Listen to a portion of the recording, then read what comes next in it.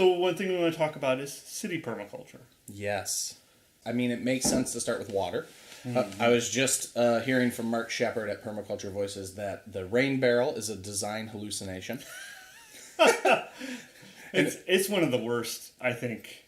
And it's not that it doesn't have its place, but the average roof in a city or an urban environment will capture 100,000 gallons of water, or 50,000 gallons of water at least, not 50. Yeah. So he was saying that we really need pools for water storage, and that's the size that we need to be thinking. Now, I think just in general, if we can capture half of that in cisterns, then we're way farther along as far as being resilient for our water usage. So I just would urge people to consider, 2,500 gallon cisterns, 5,000 gallon cisterns. They come in all shapes and sizes. You can hide them.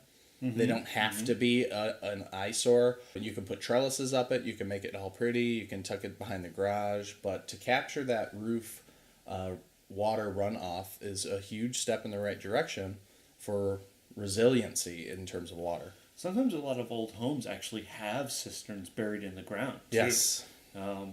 It's a bit of a treasure hunt. Yeah. To find them. But that might be... That's another possibility. Totally. In an urban area.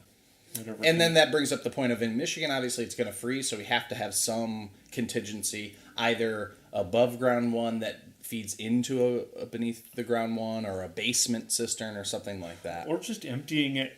Emptying it at the end of the year. Yeah. Yep, exactly.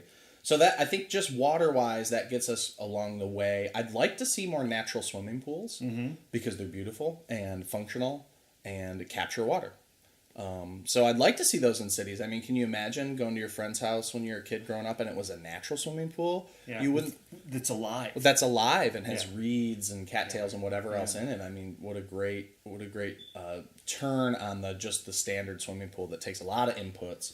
The natural swimming pools take very little inputs, and most of it's biological.